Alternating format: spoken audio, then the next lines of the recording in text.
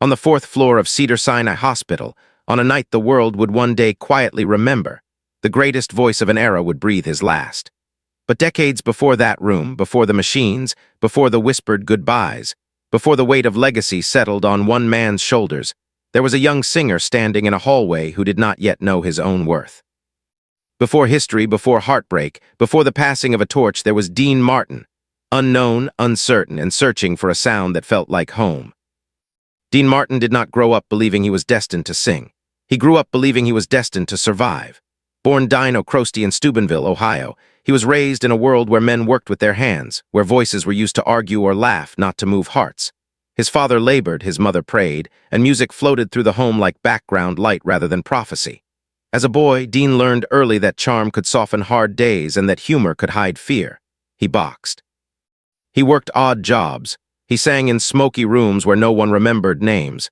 And yet when he sang, something inside him steadied. Not confidence exactly, something quieter, something that felt like truth.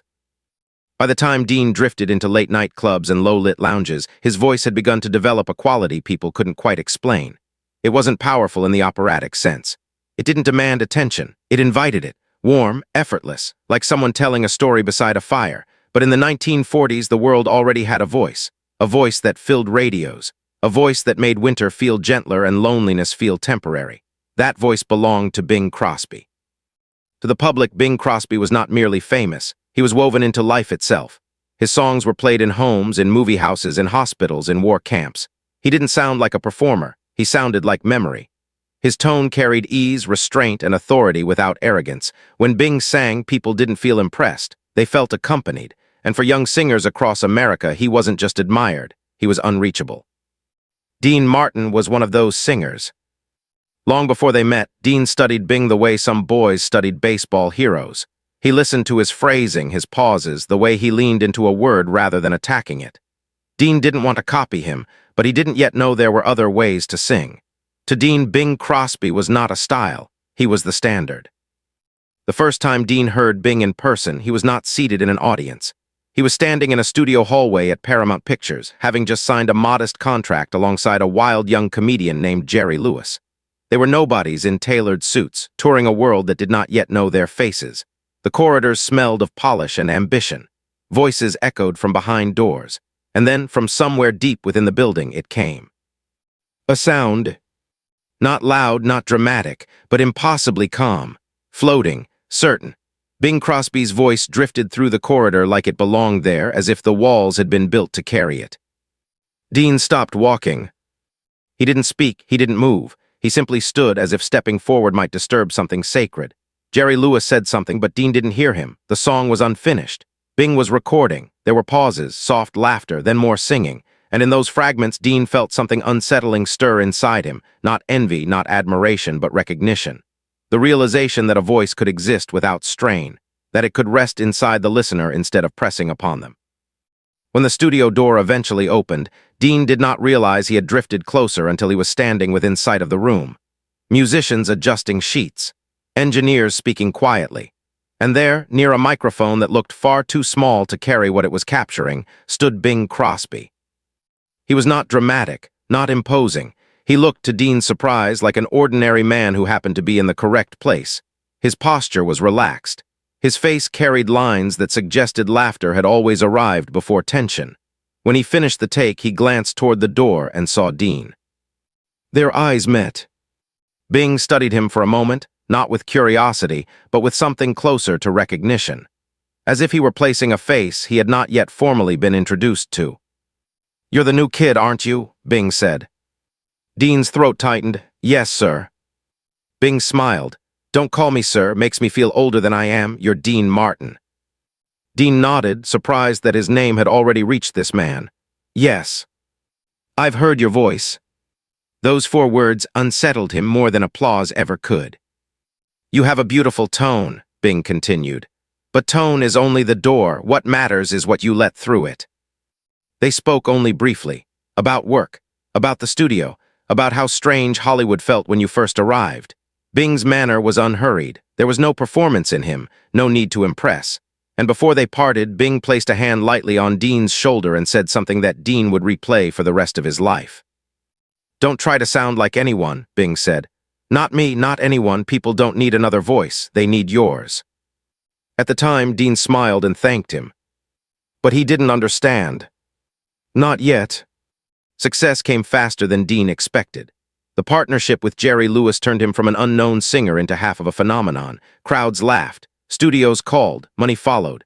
But as the noise grew, so did an unease he could not name. He was popular, but he wasn't anchored. He sang, but often felt like he was borrowing something rather than offering it. Comedy had overtaken music. Performance had overtaken presence. And then Bing called him. Not through an assistant, not through a studio. Bing Crosby called Dean Martin himself and asked him to have dinner. That dinner became the first of many quiet meetings that would never make headlines and would later matter more than any award. They spoke about singing, yes, but more about silence, about how a phrase breathes, about how a song should feel spoken rather than delivered. Bing explained things that no book could teach, how the microphone was not an object but a partner, how restraint carried more power than volume, how authenticity could not be manufactured. "One day," Bing told him, "you won't be judged by how well you sing. You'll be remembered by how true you were." Dean listened, and slowly something shifted. He began to sing differently. Less reach, more presence, less performance, more conversation. The cool, effortless style that would later define him was not born of confidence, it was born of permission. Permission Bing had quietly given him to stop trying, to start being. Through the 1950s, as Dean's solo career emerged, Bing remained nearby, not as a public mentor, but as a private constant. He attended sessions. He offered notes no one else dared to give, not about fame, about responsibility, not about charts, about honesty. When Dean recorded "That's Amore," Bing sat behind the glass. When the final take ended, Bing did not applaud. He simply nodded and said, "Now that sounds like someone telling the truth." Their friendship deepened beyond music. Bing spoke to Dean about family, about mistakes, about the quiet cost of being loved by millions. Dean, whose own father had been distant and severe, found in Bing something he had never expected to find in Hollywood, a steady, non-competitive presence, someone who did not need anything from him. By the time the Rat Pack era arrived, when Dean Martin's name was inseparable from glamour and laughter, Bing Crosby was no longer the world's newest voice, but he remained its conscience. And to Dean, he was something else entirely. He was the man who had seen him before the world applauded. He was the man who had told him not who to be, but who not to abandon. And long before the hospital room, long before the final breath, long before the words that would break his heart, Dean Martin had already been changed. He just didn't yet know how deeply. By the late 1950s, Dean Martin's name no longer drifted quietly through small rooms. It blazed across marquees, echoed through casinos, and lived inside millions of living rooms. His voice had become a familiar companion to America's evenings. His smile was effortless. His humor appeared natural. His image suggested ease. But behind the smooth phrasing and the relaxed tilt of a glass, there existed a man who listened far more than he spoke. A man who still carried the words of another voice inside him, measuring himself against a standard that had nothing to do with charts or applause. Success arrived in layers, first the records, then the films, then Las Vegas, where lights made night permanent and every stage felt like a throne. Dean seemed born for it. He walked slowly, spoke gently, sang as though effort were unnecessary. Critics called him unbothered. Audiences called him charming. Studios called him reliable. But none of them knew how often he found himself sitting alone after shows, long after the band had packed away their instruments, replaying performances in his head and asking himself a question he never voiced aloud. Was he still being authentic, or had he learned too well how to appear effortless? It was during these years that Bing Crosby's presence became less visible to the world and more essential to Dean. They no longer met in studios as often. Their conversations were quieter now, often away from public spaces, in homes, on golf courses, on shaded patios where music was discussed not as industry but as responsibility. Bing did not praise Dean's success. He questioned it, not in challenge but in protection. "Fame," Bing once told him as they sat watching a sunset dissolve into the Pacific, "is a terrible teacher if you let it become your only one. It rewards the surface. It rarely protects the center." Dean laughed then, but he remembered. Because beneath the rise, something else had begun to develop. A subtle fatigue, Not of work, but of image. The world expected Dean Martin to be one thing, relaxed, amused, untouched, and he played it beautifully. Yet there were nights he felt strangely invisible behind his own success. People applauded the tone, the jokes, the ease, but few ever asked what he thought, what he feared, what he carried. Bing did. When Dean's first marriage collapsed under the strain of touring, filming, and a public life that left little room for quiet repair, Bing was the one he called. Not his agent, not a publicist. Bing. And Bing did not offer solutions. He offered presence. He listened. He spoke of mistakes without naming them as such. He spoke of balance as something fragile, not guaranteed. He reminded Dean that a man could be admired by millions and still fail at the most important rooms. "You can't sing about love," Bing told him, "and never practice it." Those words cut deeper than any headline ever could. Through the 1960s, as Dean's television career expanded and his voice became part of the country's weekly rhythm, the mentor-student dynamic slowly transformed into something quieter and more profound. Bing no longer instructed. He observed. He no longer corrected. He reminded. When Dean doubted himself, Bing did not reassure him. He redirected him inward. "You already know the answers," Bing once said. "I just make sure you don't forget where to look." The public saw two legends occasionally sharing a stage, trading songs, trading smiles. They saw charm. They saw history. What they did not see were the long phone calls that followed, the discussions about the changing music world, about voices being replaced by volume, about sincerity becoming harder to sell, about how younger performers were chasing visibility rather than identity. Bing worried aloud that the industry was forgetting what had once made people lean closer to a song, rather than dance away from it. Dean listened, and slowly, almost unconsciously, he began to protect something. In rehearsals, he started asking musicians not how loud a piece should be, but where it should breathe. He reminded arrangers to leave space. He corrected producers who rushed tempos. He told younger singers when they visited his sets that if they could not speak a lyric convincingly, they should not sing it at all. Many thought he was simply growing more particular. Only Bing knew he was becoming a guardian. By the early 1970s, subtle changes appeared in Bing Crosby that the public did not notice at first. His voice remained warm, but the pauses lengthened. His laughter was still present, but quieter. He traveled less. He canceled more. And when Dean visited, he sensed it before it was ever spoken. A tiredness not born of age alone, but of something deeper, something heavier. One afternoon at Bing's home, after a round of golf that ended earlier than usual, Dean found him seated alone, looking out toward a garden he had tended for years. The silence lingered longer than it used to. "You all right?" Dean finally asked. Bing smiled, just thinking how fast everything moves once you stop running. Dean did not push, but he remembered the words. From that year forward, Dean began visiting more often, not announcing, not scheduling, simply arriving. Sometimes they spoke of nothing important. Sometimes they spoke of everything. Bing spoke of his early days, of singing when microphones were still novelties, of learning restraint when the world preferred spectacle. He spoke of regrets without framing them as sorrow. He spoke of gratitude without framing it as achievement. And occasionally, his voice carried a weight that unsettled Dean. "One day," Bing said during one of those visits, "you'll have to sing without the people who taught you how. That's the real test, whether their voices still guide you when they're no longer there." Dean laughed it away, but the words stayed. By 1976, the change could no longer be hidden. Bing's energy had begun to fade in visible ways. He still smiled, still joked, still dismissed concern, but Dean noticed the slower steps, the careful breathing, the way conversations sometimes ended sooner than planned. And with that noticing came something new for Dean Martin, something he had not felt in decades. Fear, not of losing a friend, of losing a foundation. Because Bing Crosby had not only shaped his singing, he had shaped the way Dean understood purpose. Without Bing, the industry had taught him how to succeed. With Bing, he had learned why to continue. In early 1977, the phone call came. Not dramatic, not urgent, just honest. "Doctors say I should rest more," Bing told him. "Heart's not what it used to be." Dean's grip tightened around the receiver. "You sound like you're talking about an old coat," Dean replied. "Not a man who's carried music for 40 years. Bing chuckled softly. "We all wear out somewhere." From that moment on, Dean began quietly rearranging his life. Tours shortened, appearances rescheduled, visits increased. He stopped dropping by unannounced and started staying longer. He brought records, old photos, sometimes nothing at all. Sometimes they simply sat, two voices that had shaped decades, now sharing time rather than songs.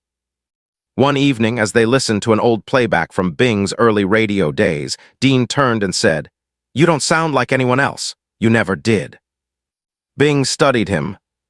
"Neither do you," he replied. But the way he said it felt different, as though he were no longer speaking of style, as though he were speaking of succession.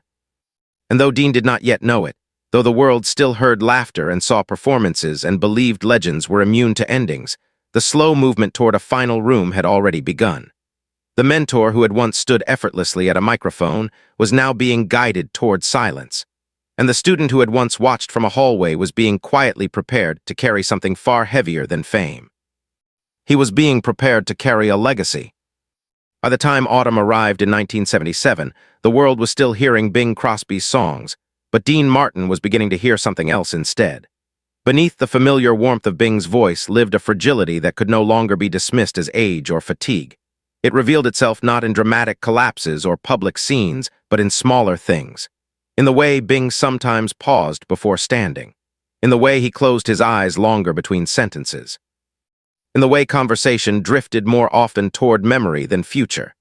Dean had spent his life around performers who hid exhaustion behind charm, but he had also spent decades with this one man, and he knew the difference between weariness and preparation. Something in Bing had begun to loosen its hold on tomorrow.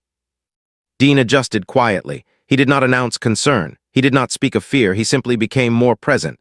He canceled engagements without explanation. He extended visits that had once lasted hours into evenings that stretched into night. They no longer spoke often about careers. They spoke about moments, the first records they owned, the first time applause startled them, the first time silence hurt. Bing began bringing out boxes from closets and drawers from desks. Programs from early tour, letters from listeners whose names had long been forgotten, photographs from sets that no longer existed. They laughed, but the laughter carried something softer now, like gratitude discovering its own ending. One late afternoon, as the sun leaned low against Bing's living room windows, Dean found himself listening to stories he had never heard before. Not about success, but about uncertainty. Bing spoke of early mornings when he doubted his voice, of songs he had refused to sing because they didn't feel honest, of nights when he chose to leave parties early just to sit in quiet rooms and remember why he had started. Dean realized, perhaps for the first time, that the man he had always seen as composed had once been fragile too, that the steadiness he admired had been earned, not inherited. "You never stop needing someone to remind you who you are," Bing said gently, staring not at Dean but at the fading light. "Eventually, that someone becomes memory." Dean felt the weight of that sentence settle in his chest. In early October, the phone rang later than usual. It was Bing's son. His voice did not carry drama. It carried urgency restrained by care. Bing had been taken to the hospital. His heart had faltered. Doctors were concerned. Dean did not ask questions. He put on a jacket, left behind whatever evening had been planned, and drove through Los Angeles streets that had never felt longer. Cedars-Sinai Hospital was familiar to Dean. He had visited friends, colleagues, family, but this night the building felt different. The air felt heavier, the corridors quieter, the lights harsher. When he reached the fourth floor, he found Bing surrounded by family, connected to machines that hummed with rhythms no singer could match. His face, once so effortlessly expressive, now looked strangely still, as if his body were concentrating on one task alone. Bing opened his eyes when Dean entered. A faint smile appeared. "You came," Bing said. Dean moved closer, careful not to crowd him, careful not to show what his chest was doing. "Of course I came." Bing studied him for a moment, then nodded slightly, as though confirming something to himself. The first hours were not dramatic. They were quiet.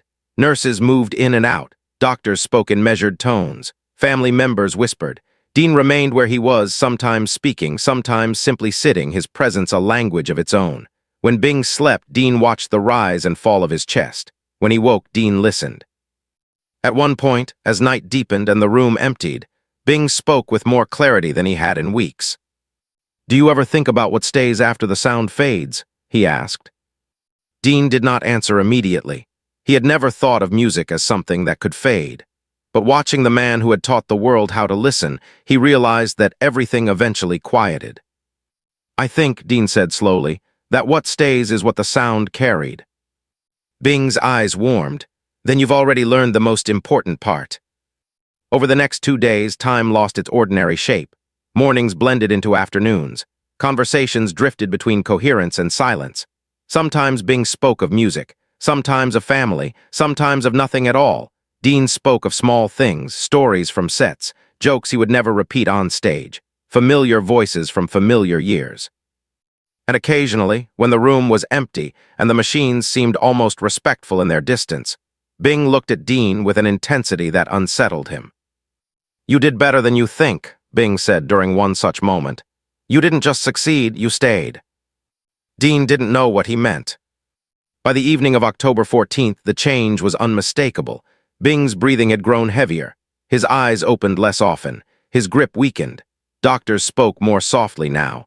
Family members remained close, and when Dean attempted once to step outside, Bing stirred and asked him to stay. "I want you here," he said. Dean took the chair closer. Hours passed. Near midnight, when the room had settled into that strange stillness hospitals carry only when something important is unfolding, Bing's eyes opened again. They did not wander. They found Dean immediately, and in that look Dean saw no fear, he saw intention. "Come closer," Bing whispered. Dean leaned in. For a long moment, Bing did not speak. His eyes moved over Dean's face, as though memorizing something he did not wish to forget. And when he finally spoke, it was not like a legend delivering final lines. It was like a man passing something from his hands. "I made a lot of music," Bing said quietly, "but music was never the greatest thing I did." Dean felt his throat tighten. "You were," Bing continued, "watching you become yourself, watching you stop trying to sound like the world and start sounding like truth. That was my greatest success." Dean shook his head faintly. "You were the one who taught me." Bing smiled weakly. "I showed you the door, you chose to walk through it." The room felt impossibly small. "Promise me something," Bing said after a pause. "Anything," Dean answered. "Never let it become easy," Bing whispered. "Never let the applause be louder than the reason, and never forget that you don't just sing songs, you carry people, their memories, their loneliness, their hope." Tears blurred Dean's vision, but he did not look away. "Your voice," Bing continued, his breathing slowing, "will outlive both of us. Let it carry what mattered." He rested for a moment, gathering something invisible. "Dean," he said again, softer now, "you were never meant to replace anyone, you were meant to continue." Dean closed his eyes. And when Bing Crosby spoke again, his words did not feel like advice. They felt like inheritance. The room did not feel like a hospital room anymore. It felt like a pause in history. The soft hum of machines was no longer intrusive. It was distant, almost ceremonial, as though even technology had lowered its voice in the presence of something greater than function. Dean Martin remained leaned forward, his hand wrapped gently around Bing Crosby's, feeling the warmth that still lingered, feeling the subtle tremor of breath that had once shaped generations of music. Around them, family members stood quietly, but the space between the two men felt protected, as if the decades they had shared had drawn an invisible boundary no one else could cross. Bing's eyes remained fixed on Dean, not wandering, not fading, but concentrating, as though he were gathering everything he had not yet said. When he spoke again, his voice was thinner now, but it carried the same calm authority that had once filled radios across the world. "I spent my life learning how to control sound," he whispered, "but I never learned how to control what sound became once it reached someone else. That part was never mine." He paused, breathing carefully. "What it became in you. That's what mattered."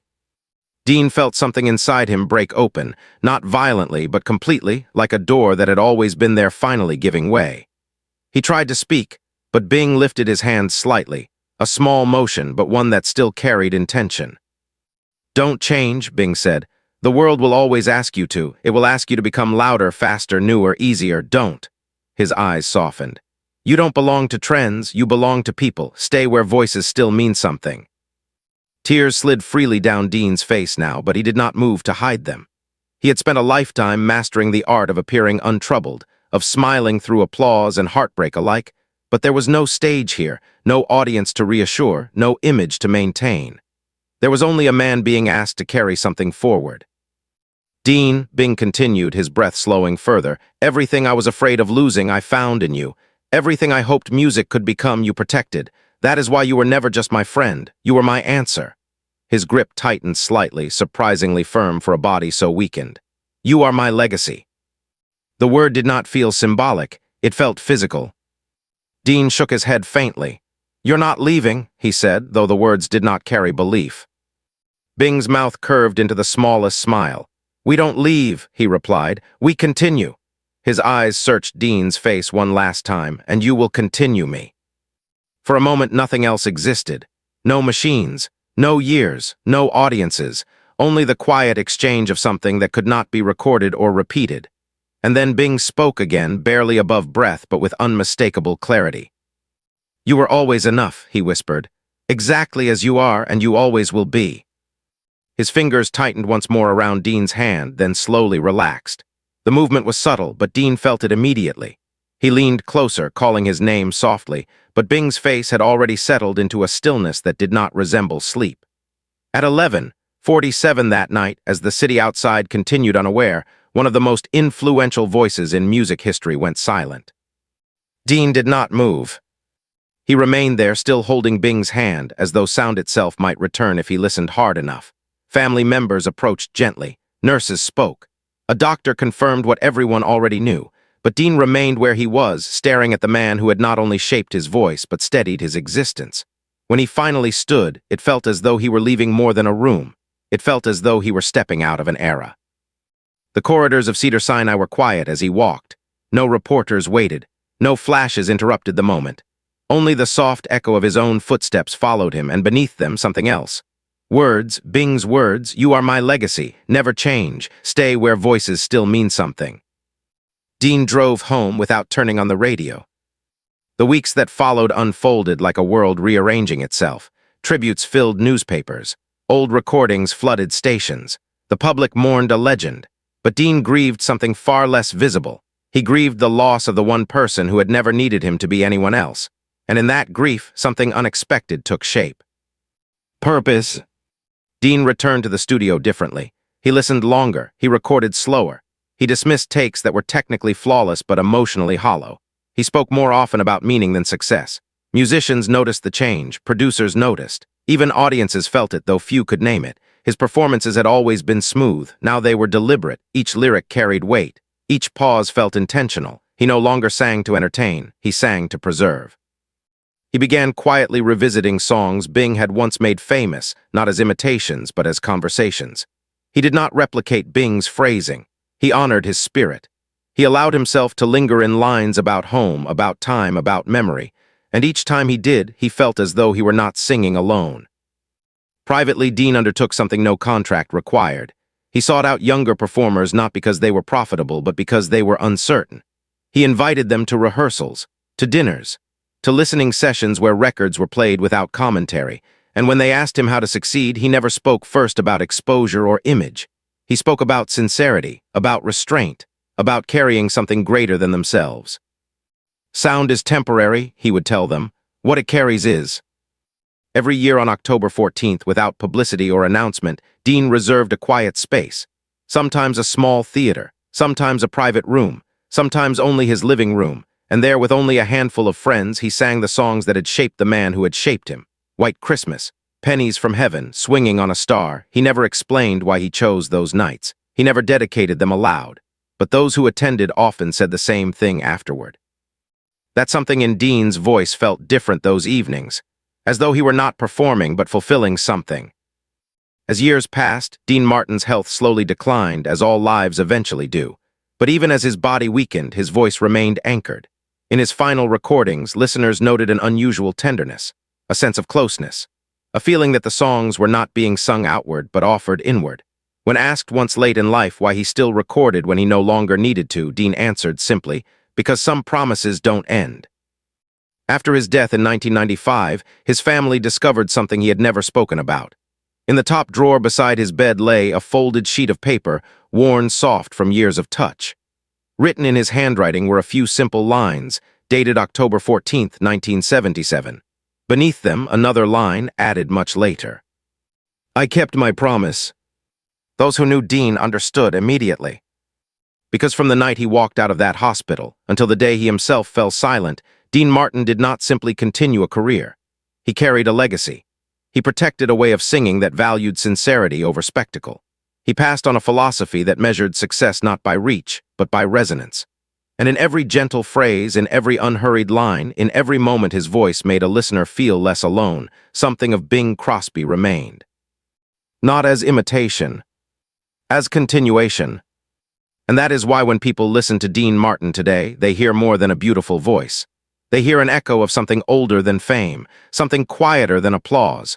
They hear a friendship that refused to end, a promise that refused to fade, a legacy that did exactly what Bing Crosby said it would.